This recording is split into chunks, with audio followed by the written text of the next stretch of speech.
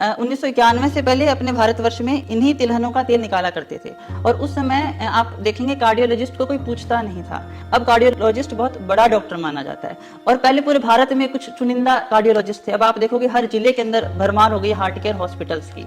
Refined oil extract करने के लिए तेल को 7 केमिकल प्रोसेस से गुजारा जाता है, जिसके अंदर फर्स्ट स्टेप होता है उसको हेक्सेन गैस के द्वारा निकाला जाता है। हेक्सेन गैस पेट्रोलियम का बाई प्रोडक्ट होती है, वो एक्चुअल के अंदर पेंट को रिमूव करने में काम आती है। इतनी प्रोसेस से गुजारे जाने के बाद अंत में जो उत्पाद बचता है वो गंध रहित, पोषण रहित और ऐसा एक तरल पदार्थ होता है जो आपके शरीर को नुकसान के अलावा कुछ भी नहीं करता। अब सवाल ये था, अगर आप रिफाइंड तेल नहीं खाएं तो फिर क्या खाएं? मुझे ये लगता है कि अपन को जो अपने पूर्वज, अपने बाप दादा पहले खाते थे, वो उस तेल की ओर फिर से मुड़ना चाहिए। नमस्कार दोस्तों, खाने के तेल यदि कोई तैयार करता है तो वो तेल ऐसे होने चाहिए, बिल्कुल शुद्ध तरीके से तैयार किए हुए। सामने जो आप देख रहे हैं ये तेल है तिल का, ये मूंगफली का, ये सरसों का और ये नारियल का। और मेरे साथ हैं कबीर सिहाग। ये एक ऐसा मॉडल है तेल तैयार करने का जो सबको अपनाना चाहिए। जो छोटे स्तर पर कच्ची घानी का या तेल तैयार करने का कोई यूनिट लगाते हैं तो इतनी ईमानदारी के साथ करना चाहिए, क्योंकि ये जो खाने पीने की चीजें हैं ये सीधे सेहत से जुड़ी होती हैं और जो कस्टमर होता है वो इस उम्मीद में चीजें खरीदता है कि उसके सेहत को लाभ देंगी, परंतु उसमें मिलावट हो जाती है और इस कारण सेहत को भी नुकसान पहुंचता है। लेकिन कबीर सिहाग और इनके भाई चेतन सिहाग ने एक मुहिम शुरू की कि तेल का काम करेंगे पर ईमानदारी के साथ करेंगे। इसके बाद इन्होंने लगा ली कच्ची घानी का कोलू। ये देखिए यहाँ पर 2 कच्ची घानी लगे हुए, कोल्ड प्रेस मशीन भी है और ये रहने वाले हैं राजस्थान में चूरू जिले के। कितनी ईमानदारी के साथ कैसे ये तेल तैयार करते हैं पहले तो ये सुन लीजिए, फिर मिलावट क्या होती है वो भी सुनिए और फिर बताएंगे गणित इसका। नमस्कार जी कबीर जी। नमस्कार। टेक्निकल फार्मिंग चैनल को सब्सक्राइब करें और बेल आइकन भी दबाएं ताकि आगे आने वाले वीडियो की नोटिफिकेशन आपको मिलती रहे। आपने बताया कि आपकी पहला मोटो ये है कि तेल तैयार करेंगे शुद्ध और कच्ची घानी से और कोल्ड प्रेस से, तो वो क्या कारण है? क्योंकि मिलावट कई बार बहुत होती है छोटे या बड़े स्तर दोनों पे। तो आपने ये भी बताया कि बड़े स्तर पे जो तेल रिफाइंड ऑयल है वो बेहद नुकसानदायक, तो क्या ड्राइविंग फोर्स रही कि आप शुद्ध तेल तैयार करने के लिए प्रेरित हुए? जी बताइए। तो जो तेल अपन सामान्यतः घर के अंदर खाते हैं, मोस्ट ऑफ द पॉपुलेशन जो तेल कंज्यूम करती है 95% ऑफ द पॉपुलेशन, वो मोस्टली अडल्ट्रेटेड होता है पाम ऑयल ऑयल से। 85% ऑफ द कंजम्पशन इंडिया का मीट होता है एक्सपोर्टेड पाम ऑयल से।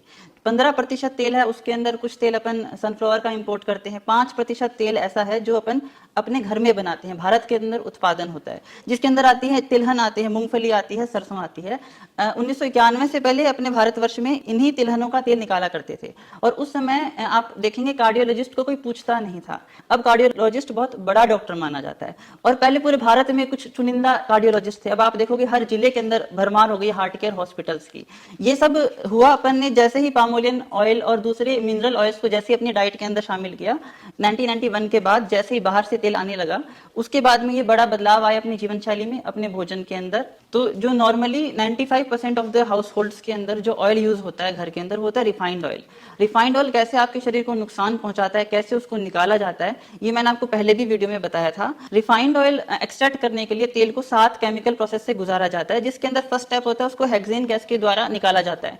हेक्सेन गैस पेट्रोलियम का बाई प्रोडक्ट होती है, वो एक्चुअल के अंदर पेंट को रिमूव करने में काम आती है। 7 केमिकल प्रोसेस के अंदर हार्मफुल टॉक्सिक गैसें उसके द्वारा गुजारी जाती हैं। इतनी प्रोसेस से गुजारे जाने के बाद अंत में जो उत्पाद बचता है वो गंध रहित, पोषण रहित और ऐसा एक तरल पदार्थ होता है जो आपके शरीर को नुकसान के अलावा कुछ भी नहीं करता। और वो तेल इतना आपकी आर्टरीज को क्लॉग कर देता है कि आपके हार्ट को सेम बीपी मेंटेन करने के लिए और ज्यादा काम करना पड़ता है, तब तक जब तक हार्ट फेलियर नहीं हो जाता। अब सवाल ये था, अगर आप रिफाइंड तेल नहीं खाएं तो फिर क्या खाएं? मुझे ये लगता है कि अपन को जो अपने पूर्वज, अपने बाप दादा पहले खाते थे, वो उस तेल की ओर फिर से मुड़ना चाहिए। जिन तिलहनों का अपन तेल निकालते थे, जिस मूंगफली का अपन तेल खाते थे, जो अपन खाना भूल गए हैं। हालांकि आप ये सोचते होंगे कि बाजार के अंदर आप अभी भी मूंगफली का ही तेल खरीदते हैं, लेकिन आपको ये पता नहीं होगा कि वो मोस्टली बना हुआ पाम ऑयल से ही है। अभी 2020 तक सरकार की गाइडलाइन थी कि 40% तक एडल्ट्रेशन अलाउड है तेल के अंदर, क्योंकि इंडिया ऑयल डेफिशिएंट है। लेकिन क्या आपको लगता है कि कोई बड़ी बड़ी कंपनियां, कोई भी कंपनी 40% के ऊपर रुकेगी? तो फिर हमने इसका विकल्प यह सोचा कि जो अपने बाप दादा, अपने पूर्वज जिस तेल का इस्तेमाल करते थे, क्यों ना हम उसको फिर से उसकी तरफ मुड़ें, उसकी तरफ देखें। तो ये जो तिलहन हम हमेशा से यूज करते आ रहे हैं, तेल की गुणवत्ता 2 फैक्टर्स पर निर्भर करती है। एक तो जो तिलहन, जो दाना, जो रॉ मटेरियल अपने पास है, उसकी क्वालिटी और उसके एक्सट्रैक्शन की प्रोसेस। तो अपन कच्ची घानी के अंदर जिस मेथड से तेल निकालते हैं वो एकदम ट्रेडिशनल है, जो हजारों सालों से जिस मेथड से अपन तेल को एक्सट्रैक्ट करते आ रहे हैं उसी मेथड से हम इस घानी में, लकड़ी की घानी के अंदर हम निकालते हैं।